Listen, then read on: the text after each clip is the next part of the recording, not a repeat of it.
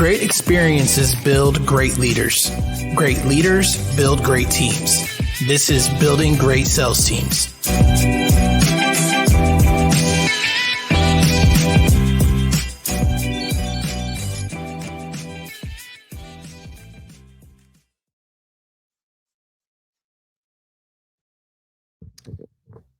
All right, guys, we're going live on this one. It's going to be a solo episode for you guys, and we're going to be talking about 2024 and planning with your sales team.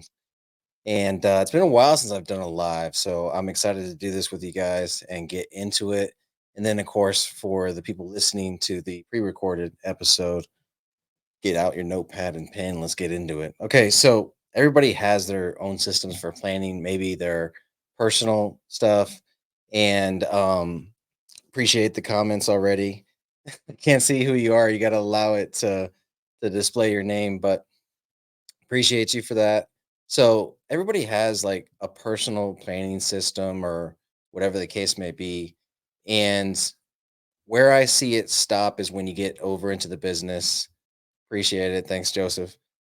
Is when you get over into the business, right?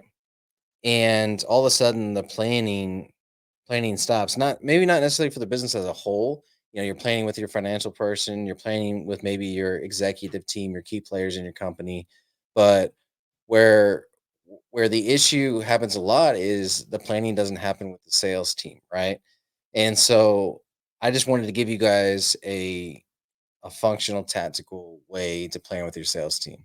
And one of my favorite ways to do this is kind of, I think we call it the income sheet or the planning sheet, whatever the case is. But there's a few ways that you can, I guess, execute this with your team. You can bring them together in a sales meeting.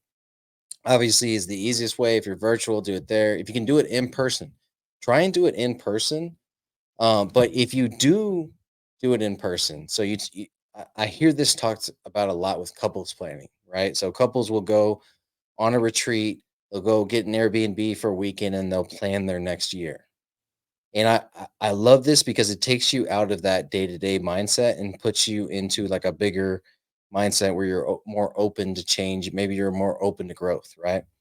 And so if you're going to do this with your sales team and understand that it's December 26th right now as I'm recording this. When this comes out, it'll be the 27th. You may not have time to put together your sales team before the first of the year. That's okay. I would say all the way up into the 15th of the year is okay. I mean, we're not talking a lot of the year going by. We got 52 weeks in the year. And so one of the things that I would recommend though is to change your scenery.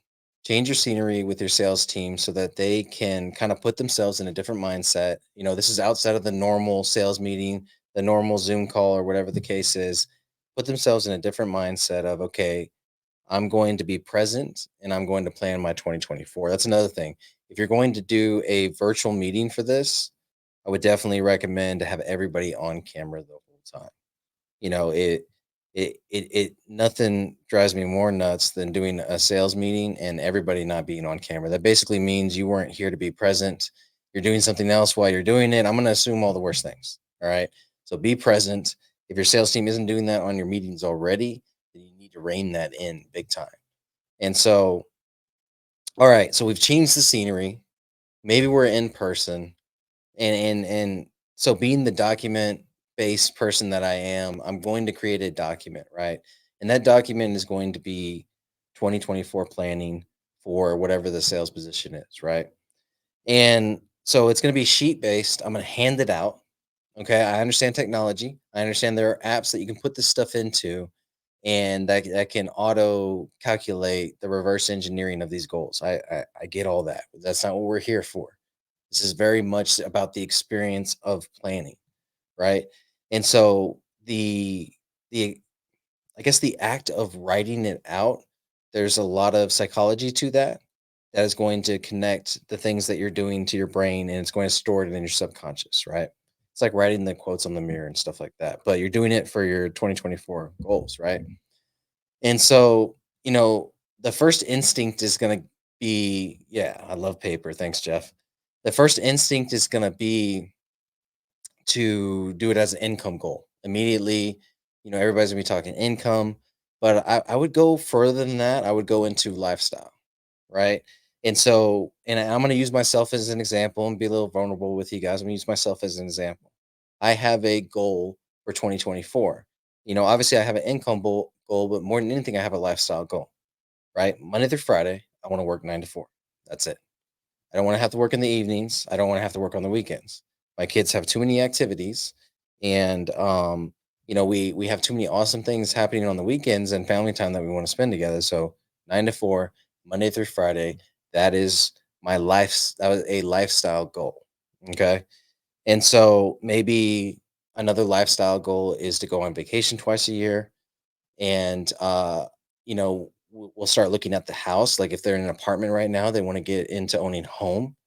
Maybe they're in a beater of a car and they want to have a reliable, good looking car that they can be proud of. And so we're getting into the lifestyle. I want to wake up and have this type of space. I want to hop in my car and drive to work, or hop in my um closet and get dressed and walk to the my computer desk or my office and start to work there, right? If I'm remote. And then, the carpet, this is the kind of wheel I want to be behind, you know. And so you start painting that lifestyle a little bit for them.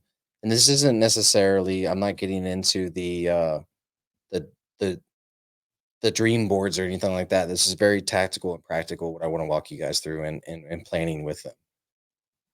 And my Siri is going off right now. Okay, I made her stop. All right, cool. She's trying to listen to me. She's trying to listen in on how to plan 2024 for herself. Anyways, so you're getting into painting that picture for them. All right. It's the same thing you do with a customer, right? You give the customer the features and the benefits, but if you're really selling a customer, you talk to them, you talk to the lifestyle that they're going to have after they buy your product, right? And the same thing with reverse engineering salespeople's goals. You want them to be able to paint that lifestyle. Now, everybody's been in that sales meeting where all the salespeople are like, they're doing 100K right now, and they're like, oh, I'm gonna do 1 million next year, and they just 10x their goal. And I understand the 10x concept, I do, but I cannot measure that on a week to week basis because it's going to take you a year to get to that 10th X, right? And so when we reverse engineer that goal, you're immediately going to fail the next week, unless you, and if you don't, then that means you've had all this room. Oh my gosh, guys, it's hilarious. Okay, so I hope you guys can't hear this. I think my mic's good enough, but I have chickens at home and they are going off outside of my podcast trailer right now. They're going crazy. And so I'm going to try and concentrate and stay with you guys here while these chickens are basically fighting outside of my trailer, it sounds like. But anyways, all right, moving on. So we're gonna set up this lifestyle, and we're gonna be. I'm just gonna say it. I know nobody wants to hear it. I'm gonna say it, and I know nobody wants to hear it, but we're gonna be practical in this sense. Okay, 50% upswing, 100% upswing. I can stomach that. You know what I'm saying? Especially if you put in a full year, and I know that if you change X, Y, and Z, you could probably see a 50% increase in your business. What I'm gonna have a hard time with is the 5x, the 10x. Like, if you can't say in a few sentences what your plan is to be able to 5x or to 10x, then you probably don't have a plan. You're just saying it to say it. And I get that. But when we start to reverse engineer these things and actually put them on paper and actually talk about the plan to get them from a sales perspective, that is where the magic happens. That's when they can see, oh, I can go from 80 grand in income to 120 grand in income in 1 year. I can do that because you're showing me the roadmap to get there. Okay. So again, sheet based, write it out. We're going to start with the lifestyle. And so that first thing on the sheet should be, what does your lifestyle look like next year if you hit these goals? In one of my favorite ways that I was told to do this, when we're looking at all right, what's the goals for my business or what's the goals for my life, is to plan your perfect day, right?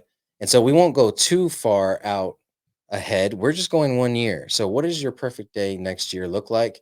And then reverse engineers your goals based on that, right? So we talked about the house, we talked about the car, we talked about maybe going on vacation a couple times a year, what those vacations look like.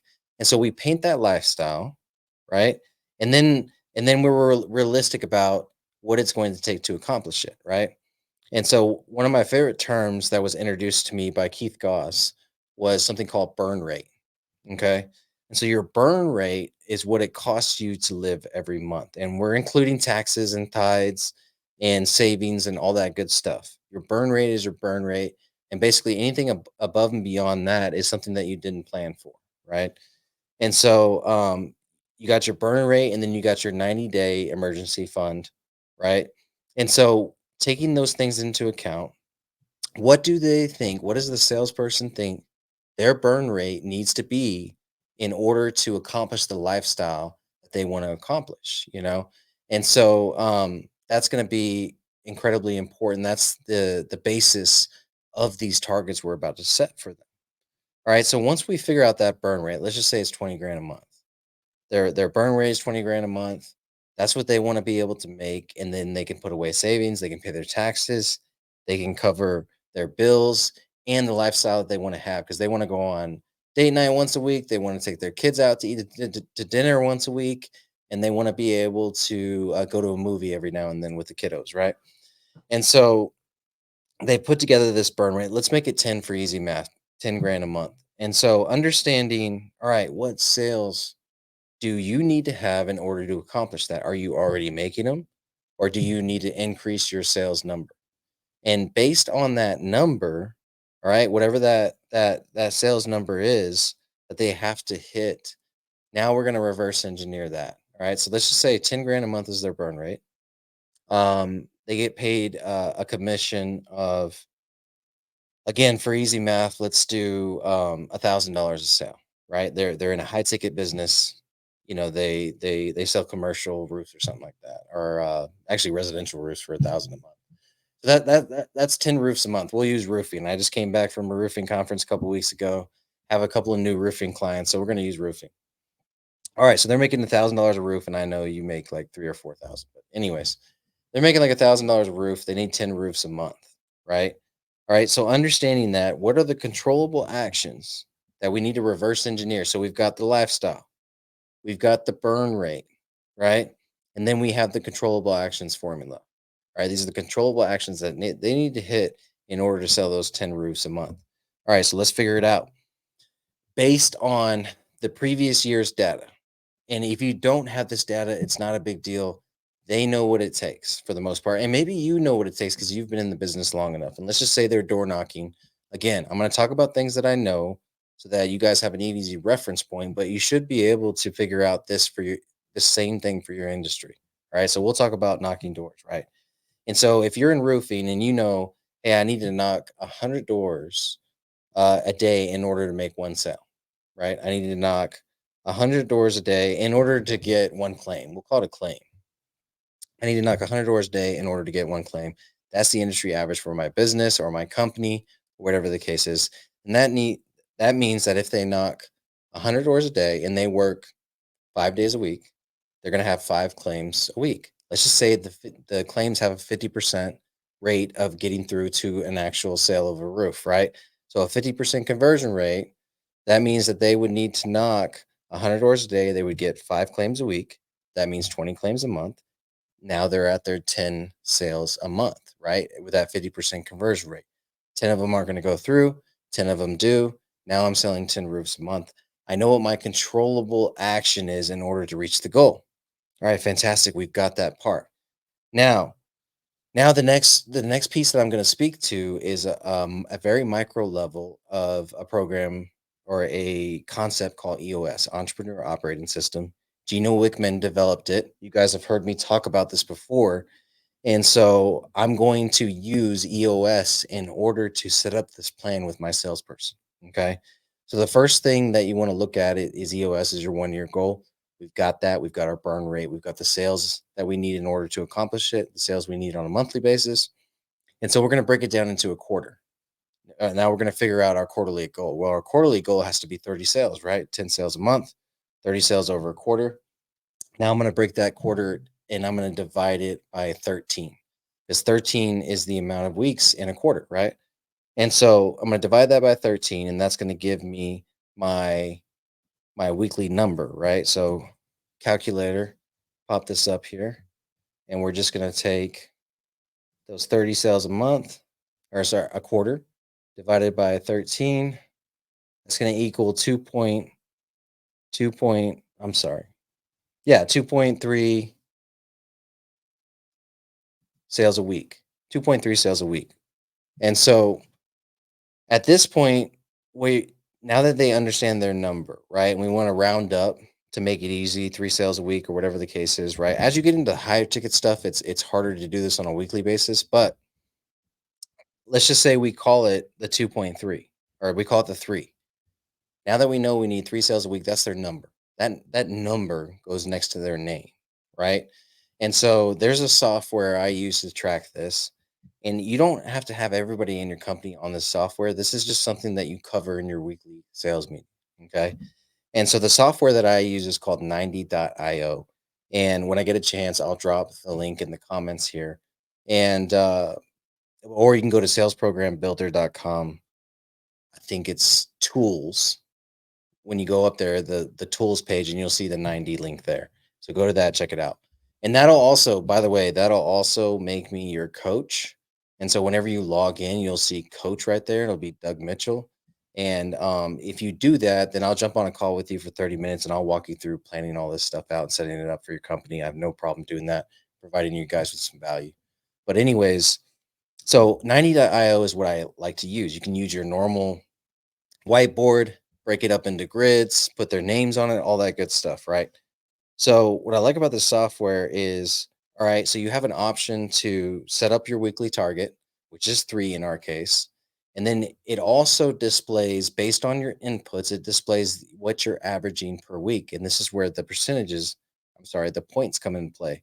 So I know I need 2.3, right? And so if I'm averaging 2.4, 2.5, I know I'm above it, 2.2, 2.1 below it, right?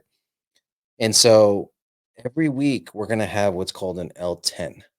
And in that L10, if I'm going super basic and I'm managing my salespeople in that L10, I'm going to basically we're gonna talk about good news. We may cover the company core values. This is the weekly sales meeting that we're running in an L10 format. We're gonna cover some headlines, product changes, comp changes, anything throughout the company, competition updates, whatever the case is. We're gonna cover those headlines. Then the next piece we're gonna get to is what we call our scorecard, right? And so because we're planning for 2024 right now, the very basic piece of this scorecard is the sales per week, that 3 number that we're after, right? And so what I love about this is the simplicity of it, the realness of it. Like, you either hit your mark or you didn't. All right. So when we go to that scorecard, that number, that sales per week is going to say 2, or it's going to say 4, whatever the case is. So you're either on track or you're off track. All right. If you're on track, we're good to go. Nothing else needs to be done. Attaboy, 3 claps and a Ric Flair. Woo! Whatever the case is, whatever you're going to do there. And if we're off track, though, that creates an issue because we're off track. So we've got to figure out a way to solve that. So what we do is we write out, and you can do this in the software, or you can just take a mental note, write it down on your notepad when you're in your sales meeting. Uh, Doug, off track, 2 sales this week. All right. So I'm going to come back to that. All right, the next piece is we're going to look at our rocks. Based on the data, our rock goal was 30. If Doug just hit 2 this week, but he hit 4 last week, then he's still on track, right? That's still 3 a week. Okay, cool. We're good there. We're on track. On rocks, you're either off track or you're on track. That's all that matters. You either have the data to back up on track, or you don't have the data, you don't have the numbers, and you're off track. All right, if you're off track, that creates an issue, right? And so you add it to issues. Now, a rock being off track and a weekly being off track are 2 different things. A rock off track is a bigger issue than your weekly being off track, because you can have a bad week and go on vacation, whatever the case is. You got to make it up the week before, the week after, or you already got to be trending ahead in order to take that vacation, right? But it's all data based and metric based, and this is the beauty in it. You know, it takes all the emotion out of it, the if, ands, or buts. If you don't hit this, you don't get to live the lifestyle you want to live for 2024. You're not going to get to buy the house. You're not going to get to buy the new car, upgrade the coffee machine, whatever that lifestyle you have painted in your head when you had changed scenery, and now have this creative space to think of what you want for 2024, whatever that was. You're not going to get anymore because you're off track based on the data, based on the numbers coming through. And so that's the rock part of the conversation. And now we're moving on to dos. Okay.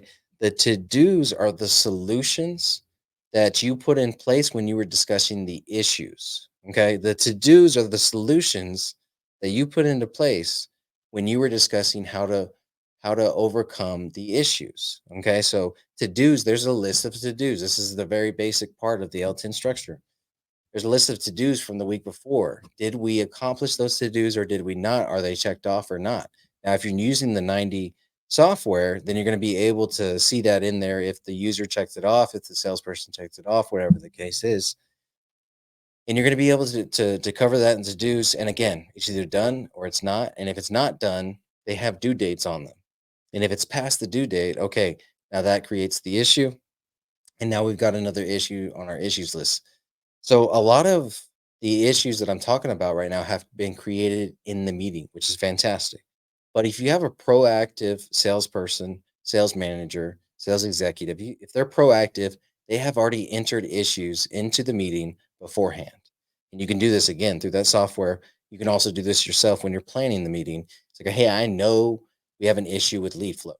I know we have an issue with qualifying customers. I know we have an issue with fulfillment right now. And we're going to bring those up in the meeting. This is beyond the data. This is the issues beyond the data that we're going to bring up in the meeting, and we're going to add those to issues. So to dos are done or not. If they're done, great. If they're not, are they behind the deadline? And if they're behind the deadline, that creates an issue. Okay. Now we're to the meat and potatoes of the meeting. This should be the longest section of your meeting. And what happens, especially in sales meetings, is when you come across that scorecard and a salesperson falls short, they want to explain why. Instead of just that being covered that they were short of their target and moving on to the next metric, right? And so having said that, I want to back up a little here back to the scorecard, right? So the only thing we talked about being on that scorecard was that sales number per week. And you can get a lot deeper into it. And I'll probably do a separate episode on this because this is very much what we call a sales funnel. But we were talking about the controllable actions in order to get those amount of sales, right? On average, what is the controllable action that will get you the result and get you those amount of sales? Because then you'll get the dream life, or not dream lifestyle, the 2024 lifestyle that you want, right? And so that scorecard can be expanded to include door knocks, to include claims filed, to include claims approved, to include roof sales made and roofs installed. You can get very granular on these things. And that way, we're looking at the total picture on the scorecard, not just the end result, right? And I would recommend that highly on the scorecard, but maybe, especially in like a sales meeting where there's 5 or more salespeople, I would only have up to 3 KPIs that you track per salesperson, and you can hit those KPIs off track, on track, create an issue if they're off track, whatever the case is. And now the beautiful thing is you're managing your team based on data. One of the hardest things about managing salespeople is managing their expectations, managing their attitudes, their emotions, because sales is hard, man. And you've got to be mentally strong to be able to manage salespeople, much less make the sales yourself, right? And so if we stay data focused, then those calls at 8 o'clock at night, I can't figure out what's going wrong, become less and less because you've discussed it based on them falling short of their weekly measurable goal. You've discussed it already and y'all have reverse engineered it. And you've done it in a setting that isn't when they can't pay their next bill, or you've done it in a setting that isn't when they've got the kids in the background. You've done it in a controlled setting where all the emotions of the day before aren't as big of a factor anymore. Okay, so fast forwarding back down to the agenda, now we're in the issues. Okay, this is where you have to get good at facilitating things because your meeting can get away from you. Your meeting can get away from you uh inputting these together for 2024. Your meeting can get away from you if you let them just run and run and run around these issues, right? And what you'll hear is a lot of things that they can't control, uncontrollables. You'll hear a lot of emotions. You'll hear a lot of variables and exceptions to the rule. And they're going to bring all these things up to skirt around the fact that they need to do the controllable action in order to stay on track and not fall short of their weekly scorecard, right? And so that's the beautiful thing about this system is it allows you to dive and to focus on the controllable actions that'll get them to where they want to be, right? So let's just say I was at 2 sales this week, and so my sales manager says, "Hey, you were at 2 sales this week. Why do you think you fell short of your weekly target?" And so maybe being a, a salesperson, I'm gonna be like, "Well, I think I did good." And then the sales manager will respond, "Absolutely, you did good, but you had a 2024 goal. Your 2024 goal was a 10 grand burn rate. That's 120 grand a year. You make $1,000 per sale. When we reverse engineer that, you have to make 3 sales a week in order to hit your 2024 goal. That's what you said you wanted at the beginning of this year. All right. So this is something that yeah, 100%, David. So this is something that I love because you've established at the beginning of the year what their motivation is and the lifestyle that they want, and you're the coach, not the dictator. You're the coach helping them get there and reminding them why they wanted to get there in the first place and why they brought it up with you. So, going back to it, Doug, you said you wanted to make 120 grand this year, sell 10 roofs a month. You need 3 a week in order to do that, and you're falling short of that. I just want to remind you of that. So, how can we get you back to the 3? What were the controllable actions you took this week to get to your 3? And then we look outside of that too. There's always the data guy that comes in and says, "Well, Doug hit 4 last week and he hit 5 the week before. So he's actually ahead. He's short for the week, but his average is 2 points or I'm sorry, 3.2 a week. So he's in good shape. I don't even know that this is an issue just yet, but we'll keep track of it. All right, issue solved. We're good to go." Or it's, "Hey, Doug's average is 2.5 a week and he's falling short on a weekly basis of his 2024 goal, the lifestyle he said he wanted to live. And so what's going wrong in the process?" All right. So according to Sales Rabbit or whatever canvassing tool I'm using, Doug's knocking 100 doors per day. He's crushing it there. Let's look at the next metric. Oh, well, only 30% of his claims are going through versus 50% of his claims are going through. All right, let's get Doug some training on how to file these claims so that they go through, whatever the case is. I don't know roofing as deep as a lot of you guys know it, but my point is you found that KPI that was the issue all along. And so once you find that KPI, that's the issue, you reinforce it, you bolster it, whether it's training or whether it's more support or whatever the case is, that's your job as the sales manager to figure out what you need to do to support your sales team, right? First, you figure out the goal, you reverse engineer the goal, right? You understand, and then that you break it down to rocks, you set the rock, you reverse engineer that by 13 weeks, and then you start managing them on a weekly basis based on what they said they wanted. You start managing them on a weekly basis based on what they said they wanted. Again, guys, I don't want to harp on this too much, but this is the easiest way to set our 2024 goals. Create this sheet and I'll run through the sheet one more time. All right, what is the 2024 lifestyle that you want? All right, let's write it out. Write it out in a paragraph. That's an open form question. All right, what's the burn rate required in order to get there? Is it 10 grand a month? Is it 15 grand a month? Is it 20 grand a month? That's the rate at which you burn cash every month. What's the burn rate we need in order to get there? Let's add 20% to that because we got to pay taxes and tithe and whatever the case is, right? And then, all right, that number's in there. All right, what are the controllable actions in order to hit that goal? All right, so we know based on the industry, based on our company, because hopefully we're tracking this data based on our canvassing app, based on wherever we get the data from, that there's X controllable actions in order for us to get Y, which is the result we want. Again, fueling the lifestyle that we're after. And then understanding, okay, breaking it into quarters, reverse engineering those quarters. So, how much quarterly do I need to do? Right. And what does that track to weekly? That's the next piece on the sheet. And then understanding on a weekly basis, if that's my number, then what does that average to on a weekly basis? And that's my target. So basically, reverse engineering that from the lifestyle all the way down to the sales per week. Weekly is about as granular as you want to get, unless we're talking about controllable actions, and you'll be in good shape there. So, a question was asked: is this questionnaire sheet available on your website? That's a great idea. I'll put it together. I'll make sure I get it on the website and that you guys have that available to you. but this is definitely something I've been diving in deep into the last couple months because what keeps happening is I'll I'll I'll I'll engage with the company on their sales program, and then I'll realize that they have no operating system, right? And that's where EOS comes in. I'm a big fan of EOS. I was running it in my sales org for the last 4 years that I had a sales org. I was running EOS, and it really did. I would have this contention all the time with my salespeople because I wasn't out in the field with them. You know what I'm saying? And so there was always this contention that would happen in our sales meetings or sales conversations. Now I was, I had a VP under me, a regional, and then a sales manager, and then an assistant manager to like the salesperson. So there's a lot of levels of management there. So, but what I was able to do when I implemented EOS was bring their annual targets back into the conversation. You said you wanted this. Do you still want it? Has that changed? Has that been cut by half or something? Because your numbers are showing half, and but you said you wanted double. You know what I'm saying? So I'm just trying to give you controllable actions to get you to double.